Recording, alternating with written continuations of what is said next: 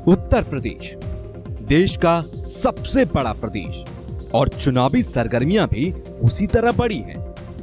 बड़े नेता, बड़ी पार्टियां, बड़े कुनबे और बड़ी सियासत। इस प्रदेश में आम कुछ भी नहीं, सब कुछ बड़ा है जनाब। यूपी का चुनाव हो और जुबानी जंग ना चले, ये कैसे मुमकिन है? संसद के दोनों सदनों से लेकर यूपी के सियासी गलियारों तक तलखी भरे जुबानी तीर चलना तो यहाँ की बादशाहत है। और इसी बादशाहत का नजारा यूपी चुनाव आते ही यूपी चुनावों की सभाओं में देखने को मिलता है। और मिले भी क्यों ना, चुनाव जो यूपी का है, भाई सबसे बड़ा सूबा जो है देश का। यूपी के चुनावी संग्राम में रैलियों का सिलसिला महीनों पहले शुरू हो जाता है। हर पार्टी के हर नेता, बड़े हो या छोटे, कार्यकर्ता से लेकर मंत्री तक, अपनी पार्टी की उपलब्धियों का बखान करते हुए नजर आते हैं कि कैसे भी इस बार के चुनाव में सत्ता का स्वाद चखा दो और फिर देखो कैसे हम करते हैं यूपी का विकास। 11 फरवरी को यूपी में पहले चरण का मतदान है और प्रचार का आखिरी दौर चल रहा है। इस आखिरी दौर में गठबंधन की राह पर दौड़ रही सपा और कांग्रेस ने अपना आखिरी दांव खेला।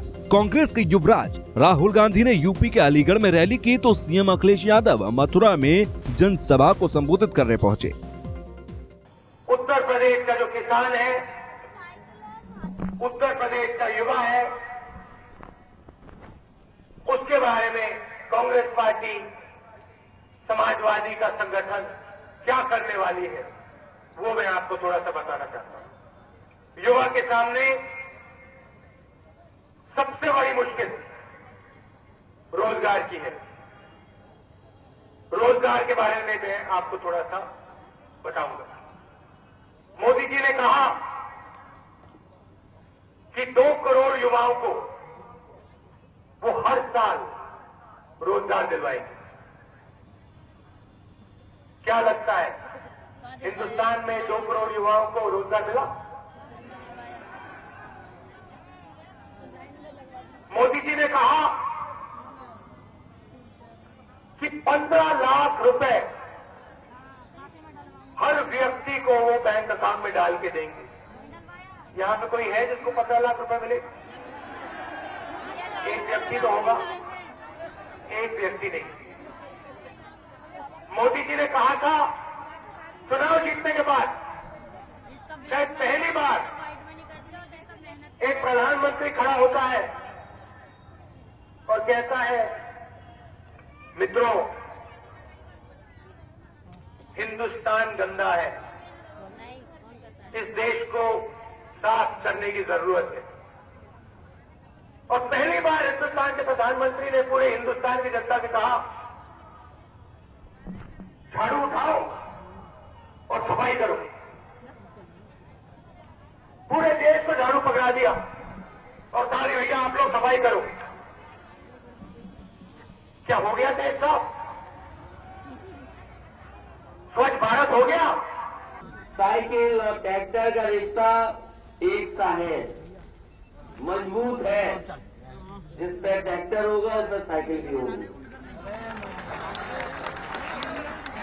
और फिर जब आपके कांग्रेस पार्टी का भी साथ मिल गया हो तो बताओ, अब भरोसा है कि नहीं है कि आने वाले समय में सरकार किसकी बनने जा रही है?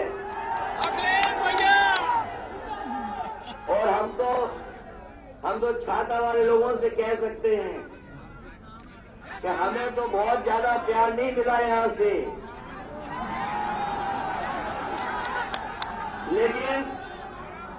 लेकिन हमने जो कोशिश कर सकते हैं, हमने छाता विधानसभा को अपनी तरफ से मदद करने का काम किया।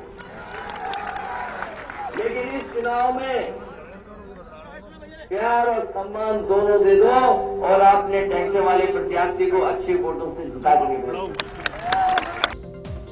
चुनाव है तो रैलियों की सुनामी भी है। 5 राज्यों में इस वक्त ऐसा माहौल है कि बस राजनेता कैसे भी करके सत्ता की नौका में सवार होना चाहते हैं। अगर बात केंद्र में सत्ता जमाए बीजेपी की करें तो ये चुनाव उसके लिए करो या मरो की लड़ाई है। रैली के इस सिलसिले में बीजेपी अध्यक्ष अमित शाह ने उत्तराखंड के टिहरी में रैली की तो बसपा सुप्रीमो मायावती भी चुनावी जनसभा के लिए उत्तराखंड के हरिद्वार पहुंच गईं। उत्तराखंड का भविष्य तय होने जा रहा है। ये निर्णय आप लोगों ने करना है कि उत्तराखंड में अगले 5 साल तक किस पार्टी की सरकार चलेगी, अगले 5 साल तक कैसी सरकार चलेगी। और मित्रों, जब ये निर्णय करना है तब मेरा आपसे निवेदन है कि आप किसी विधायक को बदलने के लिए वोट मत करिए, कोई मंत्री मुख्यमंत्री को बदलने के लिए वोट मत करिए। भारतीय जनता पार्टी को वोट इसलिए दीजिए कि आपको इस देवभूमि उत्तराखंड का भाग्य बदलना है, देवभूमि उत्तराखंड को विकास के रास्ते। जब उत्तराखंड के लिए संघर्ष चल रहा था, तब अभी जो लोग उत्तराखंड की सत्ता पर काबिज है वो कहां थे? उत्तराखंड के युवा के साथ थे, उत्तराखंड की जनता के साथ थे। उसमें से तो कुछ लोग कहते थे हमारी की लाश ऊपर से उत्तराखंड बन सकता है, वो उत्तराखंड के संघर्ष के साथ नहीं। भारतीय जनता पार्टी ने अपनी राष्ट्रीय कार्य समिति में उत्तराखंड की रचना का समर्थन किया था। संघर्ष में कंधे से कंधा मिलाकर लाठियां खाई थी, गोलियां खाई। 5 साल में एक कांग्रेस सरकार ने भ्रष्टाचार, घपले, घोटाले, अव्यवस्था, गुंडाराज, इसके कारण इस देवभूमि को बहुत बदनामी दी है। बाबा साहब डॉक्टर अम्बेडकर के अथक प्रयासों के कारण जब भारतीय संविधान में शिक्षा, सरकारी नौकरियों व राजनीति आदि में जो भी आरक्षण की सुविधाएं मिली हैं, तो उन्हें भी अब यहाँ एक सोची समझी साजिश के तहत ही निष्प्रभावी बनाने व धीरे धीरे खत्म करने का भी प्रयास किया जा रहा है।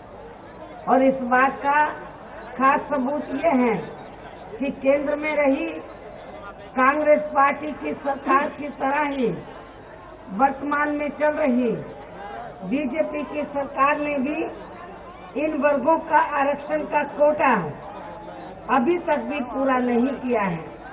और इस मामले में लगभग यही स्थिति आपके खुद के अपने राज्य में भी हमें देखने के लिए मिल रही है। रैलियों के इस सिलसिले में सबने एक दूसरे पर तंज कसे।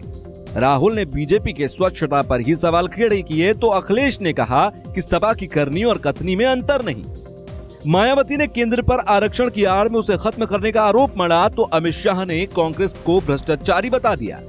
कुल मिलाकर हर नेता खुद को पाक साफ साबित कर दूसरों पर दाग सिद्ध करने में लगा है, मगर असली फैसला तो जनता के हाथ में है, जो 11 मार्च को सबके सामने आ जाएगा और दूध का दूध, पानी का पानी हो जाएगा।